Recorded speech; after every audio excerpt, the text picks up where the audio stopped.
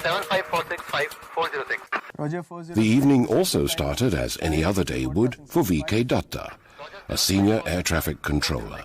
He was about to finish his regular shift. His responsibility was to guide all incoming traffic to Delhi Airport. On November the 12th, 1996, he was also responsible for all outgoing traffic.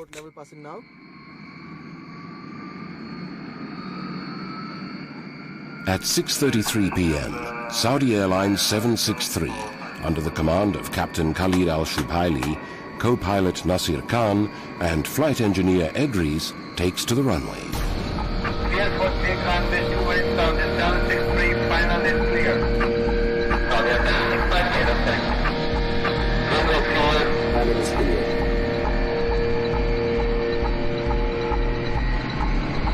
D1 rotate.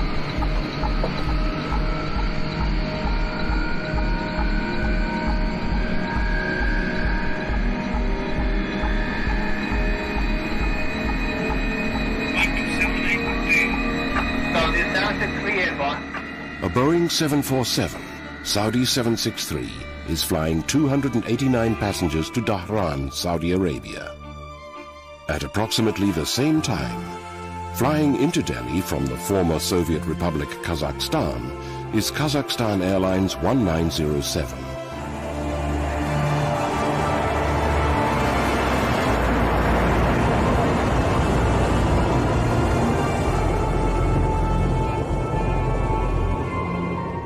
It is commanded by Captain Cherepanov and co-pilot Jangirov, who is flying the aircraft.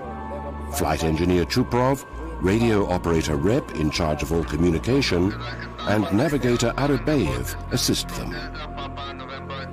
Kazakh 1907 is flying 27 passengers to New Delhi.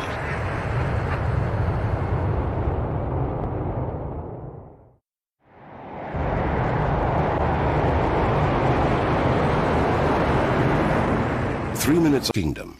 But to begin with, the investigation headed not too far from Turkey Dadri to the Air Traffic Control, the ATC. What happened is something which should not have happened has happened. No ATC in the world would ever like a mid-air collision accident to take place. And immediately it is felt that it could be a mistake on their part. That would be the normal reaction.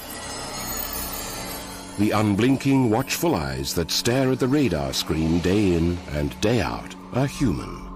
And sometimes it is human error that results in a potentially disastrous consequence. He might just give you wrong altitude clear too. There have been various incidences where the ATC controller has given wrong altitude clearance, due to which accidents have taken place. When VK Datta took over his shift on November the 12th, 1996, he brought with him more than 10 years of experience and proficiency as an air traffic controller. Was it possible that he had given incorrect instructions that led to the mid-air collision? The first course of action for the investigators was to replay the ATC tapes. 8 minutes from impact, Saudi 763, after takeoff, contacts VK Datta. Saudi 763 airborne. Saudi 763 identified on departure. Climb flight level 100 initially. Stand by for higher. Initially flight level 100. Stand by for higher. Saudi 763. He asks them to climb to flight level 100 or 10,000 feet. Kazakh 1907 is close to 23,000 feet. 6 minutes from impact, Kazakh 1907 at 23,000 feet contacts him. Kazakhstan 1907. Roger, Kazakh 1907, descend to flight level 150, report reaching. Descent in 150, copy reaching Kazakhstan 1907. VK Datta clears descent to flight level 150 or 15,000 feet. Saudi 763 is close to 10,000 feet. 4 minutes from impact, Saudi 763, now at 10,000 feet, contacts him for further ascent. 100 for higher. Roger, climb flight level 140. Further climb 140, Saudi 763. VK Datta clears ascent to flight level 140 14,000 feet. Kazakh 1907 is now at 15,000 feet. 1.5 minutes from impact, Saudi 763 asks VK Dutta for further instructions. Approaching 140 for higher.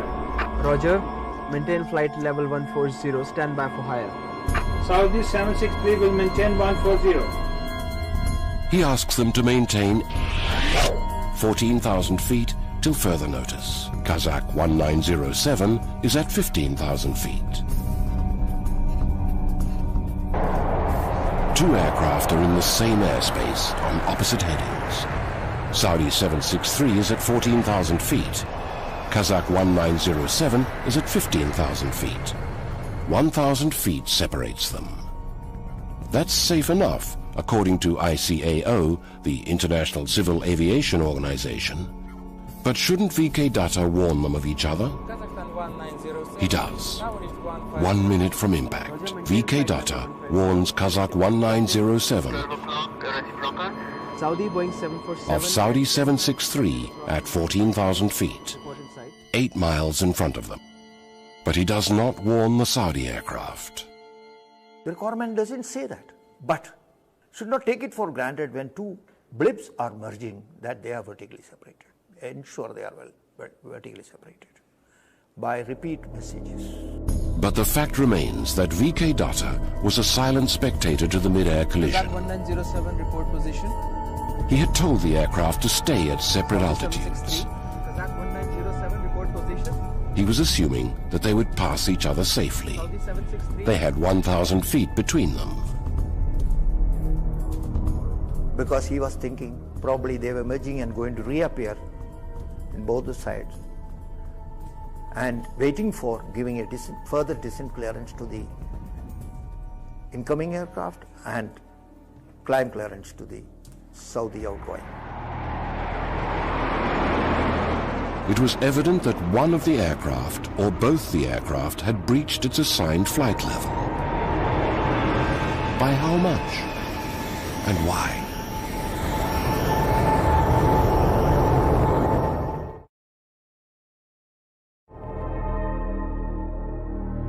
Three months after the accident, on a cold February morning in Moscow, the black box of Kazakh 1907 was cut open.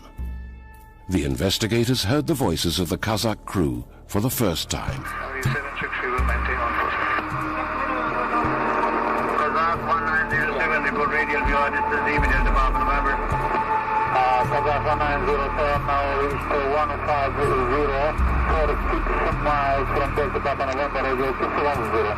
Roger. Maintain flight level 150, identify traffic, 12 o'clock, reciprocal, Saudi, Boeing 747 at 10 miles, likely to cross to another 5 miles.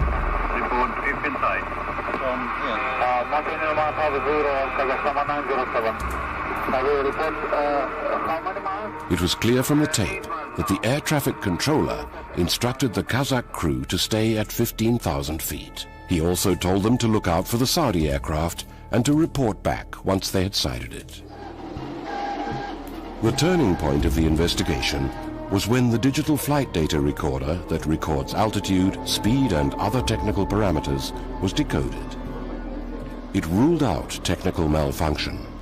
The altitude of impact could not be calculated with accuracy. It had a huge margin of error. But the graph revealed a startling fact.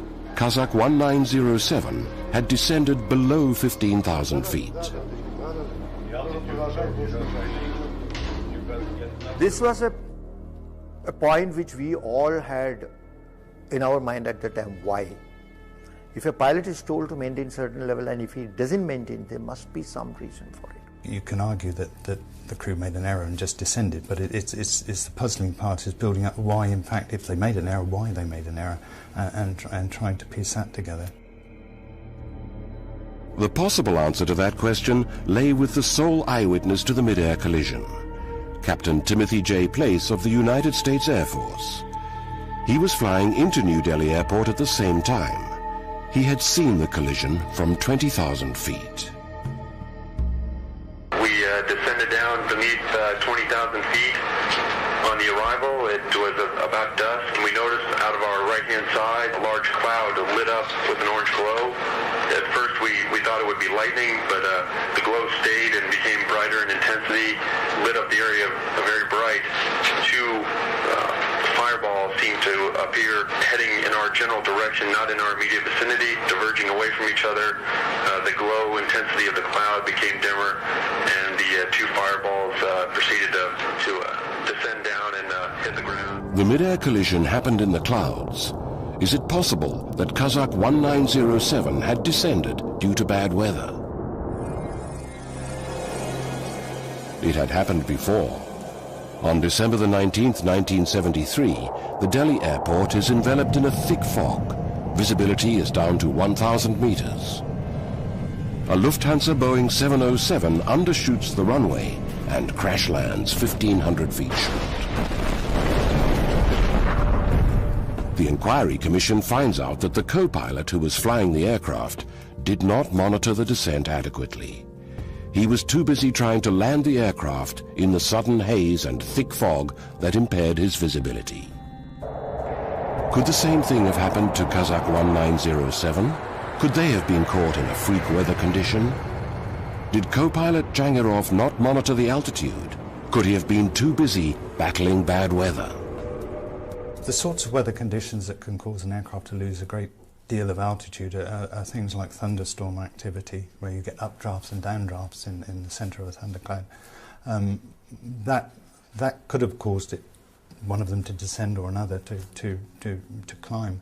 But on November the 12th, 1996, the Met Department had not issued a severe weather warning. It was slightly foggy, there were scattered clouds, and that was about it. Most importantly, Kazakh 1907's cockpit voice recorder did not record any intra-cockpit conversation relating to bad weather. Neither did the digital flight data recorder record sudden changes in the aircraft's movements, nor any severe weather condition. There was no sudden descent. Kazakh 1907 had descended gradually. I don't think that the actual weather conditions would have caused the Kazakh aircraft to descend at all. It was like a jigsaw puzzle whose pieces just didn't fit. Kazakh 1907 had descended below its assigned 15,000 feet. But the altimeter found in the wreckage was frozen at 14,895 feet. If that's the altitude at which the collision occurred, it meant that even the Saudi aircraft had breached its assigned altitude. It had climbed above 14,000 feet.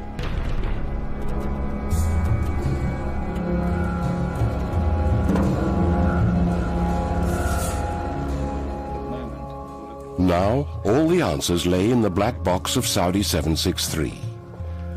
At the Aircraft Accident Investigation Bureau in Farnborough in the United Kingdom, the black box of Saudi 763 was cut open. The investigators heard the voices of the crew of Saudi 763 for the first time. It was clear from the tapes that the air traffic controller had instructed the Saudi crew to climb to 14,000 feet and stay there until further notice. Saudi 763's digital flight data recorder was analyzed. The altitude of impact was 14,000 feet. The margin of error was plus or minus 120 feet.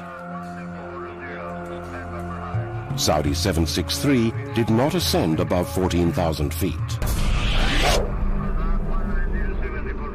Kazakh 1907 had descended below 15,000 feet. Why had Kazakh 1907 come down? Why was one of the altimeters in the Kazakh aircraft frozen at 14,895 feet? What could possibly be the explanation for it? What had happened in the cockpit of Kazakh 1907? It has been 5 years since the dissolution of the Soviet Union. The Commonwealth of Independent States are struggling to stabilize their economies amidst a politically volatile environment. Their airlines are no different. Kazakhstan Airlines, the state-owned airline of the country, has a bad safety record. It flies rickety aircraft, sometimes with a cockpit crew not conversant with flying outside the former Soviet Union. There have been numerous crashes and near misses, 3 in 1995 itself. But as far as Kazakh 1907 is concerned, the Ilyushin jet did not have any technical snags, and the crew was well conversant with flying outside the former Soviet Union. In fact, Captain Cherepenov had 708 hours of flight time on international routes. Co-pilot Jangirov, the pilot flying, had 207 hours. Flight engineer Chuprov had 1,178 hours. Radio operator Rep had 645, and navigator Arabayev had 581 hours of flight time on international routes. How is it possible that a crew with such experience did not level the aircraft at the assigned altitude of 15,000 feet? As far as the IL-76 is concerned, you have to physically level out the aircraft at a particular height and thereafter press the height lock and then maintain the required speed at that particular height. It is done by the autopilot itself, but by actual physical involvement of the pilot or the co-pilot. But in the cockpit voice recording, there are no call-outs by the co-pilot or the pilot to the flight engineer for more power to maintain speed for a particular altitude, a prerequisite for leveling an aircraft. A plain simple explanation could be that it was a controlled flight to a lower level, resulting into a collision. A controlled flight. That means that the crew of Kazakh 1907 descended below 15,000 feet with intent. They kept descending because they never knew that their assigned altitude was 15,000 feet. Every accident is an avoidable accident. Every accident could have been an avoidable accident, but for certain failure on the part of a human element. It's as simple and as tragic as that. A 1 in 100 million possibility became a horrific reality due to human error. 349 lives are lost in a split second because one of the aircraft did not maintain its assigned height.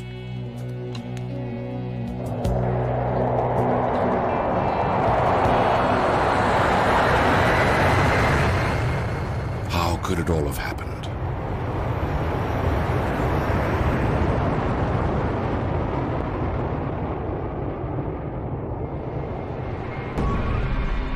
Every accident, every disaster has a sequence, links in the chain of events, where one mistake leads to another, which finally leads to the catastrophe. In the world's worst mid-air collision, the sequence started 8 minutes before impact, at 6:33 p.m., when Saudi 763 takes off. VK Datta assigns them 10,000 feet. Kazakh 1907 is at about 23,000 feet. Both aircraft are in the same airspace on opposite headings. This should not have happened. This is the first mistake, the first link in the chain of events that leads to the disaster. To avoid this, the airspace above Delhi Airport should have been unidirectional. There should be 2 separate air corridors, one for the departing aircraft and the other for arriving aircraft. Then 2 aircraft on opposite headings would never share the same airspace. But this wasn't the case at Delhi Airport. There just wasn't enough room. Part of the airspace is reserved for the Indian Air Force. Why do we always have to wait for any kind of disaster, a catastrophic disaster? Can't we do it before so many innocent lives are lost? There may be certain constraints which I can understand, but not to an extent where we have to wait for a crash, or it is something like a time bomb ticking. The time bomb is ticking. 6 minutes to impact. Kazakh 1907 contacts VK Datta for the first time. He assigns them 15,000 feet. Descend to flight level 150, report reaching. Descent in 150. The radio operator acknowledges the height, but astonishingly does not inform the two pilots. Worse still, the navigator also hears the assigned flight level on his headset. He is heard converting it to meters for the two pilots, but neither of them acknowledges the assigned height. This is the second mistake, the second link to disaster. My personal view is that there was confusion with the pilots about what their cleared altitude was. There may have been some language difficulties. The pilot and co-pilot's knowledge of English is limited. The radio operator is translating all commands from the Delhi Air Traffic Control for them. Pilot flies, gets the information, directly makes a lot of difference. The reactions are spontaneous, instantaneous. Saudi 763 approaching flight level 100 for higher. Roger, flight level 140. Further climb 140, Saudi 763. 2 minutes to impact. Kazakh 1907 is gradually descending. It's now at about 16,000 feet. Captain Cherepenov, the pilot who is not flying, is supposed to inform the cockpit crew of the estimated time and height to level out. He never does. This is the third link to the disaster. He was the captain of the aircraft, he's the commander of the ship, so he should have known what height to be level out. 1.5 minutes to impact. Saudi 763 is told to stay at 14,000 feet till further notice. 1 minute to impact. At 6:39 p.m., the Kazakh radio operator tells VK Datta they are at 15,000 feet. Now reached 150. This is another extraordinary error. In reality, they are at 16,300 feet. The altimeter is on the front instrument console. The radio operator may not have seen it. This is the fourth link to the disaster. Seconds before impact, VK Datta tells Kazakh 1907 about Saudi 763 in front of them. 747 at 10 miles, set across another 5 miles. report in sight.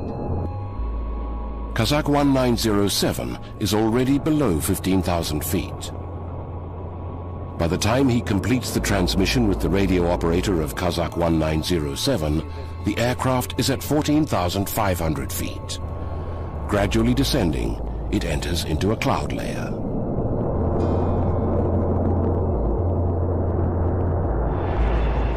Saudi 763, at 14,000 feet, enters the same cloud layer. The first signs of trouble are heard in the Kazakh cockpit. The captain asks for the assigned flight level for the first time. Flight level have been ordered. Kazakh 1907 is still descending, now at about 14,100 feet. Saudi 763 is at 14,000 feet. Seconds later, the two aircraft are going to crash. Even in these circumstances, with better equipment, the impending collision could have been averted. But SSR, or secondary surveillance radar, that can tell a control of the altitude of an aircraft is not installed in the Delhi Air Traffic Control. The controllers still work on archaic primary radar that can only tell them approximate headings. This means that VK Datta was not aware of Kazakh 1907's unauthorized descent. Saudi 763. The secondary surveillance radar had been in the offing, but mired in bureaucracy, the project lay to one side.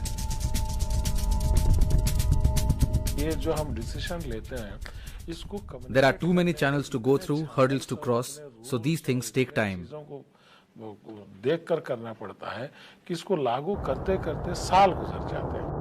The fifth link to the collision is complete.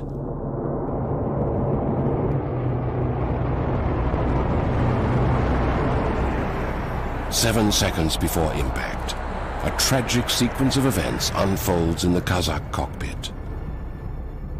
The flight engineer realizes that the aircraft has descended below 15,000 feet, their assigned flight level.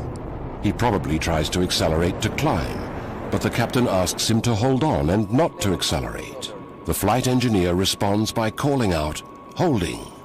What I feel has happened at that point of time is that the engineer has realized that the aircraft has gone below 150.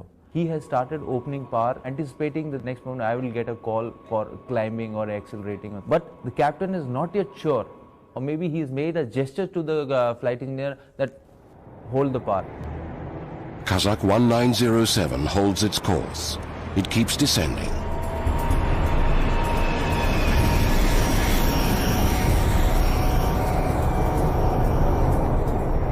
The pilots of Kazakhstan Airlines 1907 don't know that their assigned altitude is 15,000 feet. What flight level have you been ordered?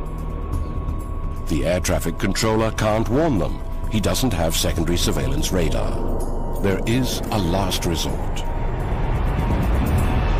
But neither of the aircraft has TCAS, traffic collision avoidance systems, installed. They do not have onboard computers that can warn them of another aircraft directly in front of them and suggest evasive action.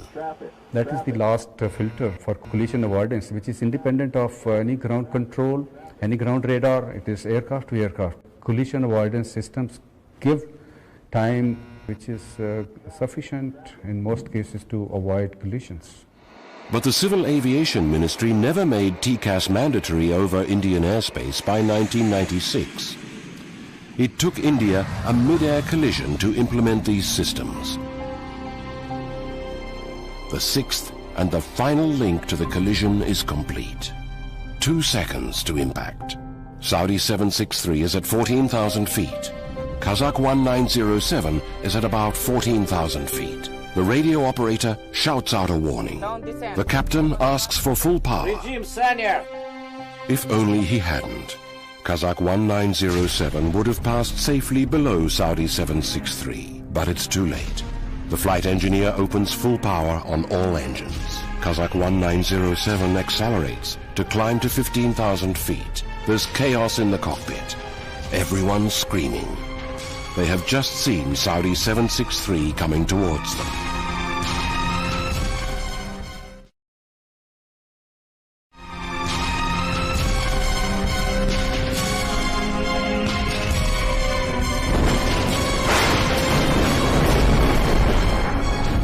At 6:40 p.m., 14,000 feet over Cherki Dadri, the left wing of Kazakh 1907 crashes into the 2 left engines of Saudi 763.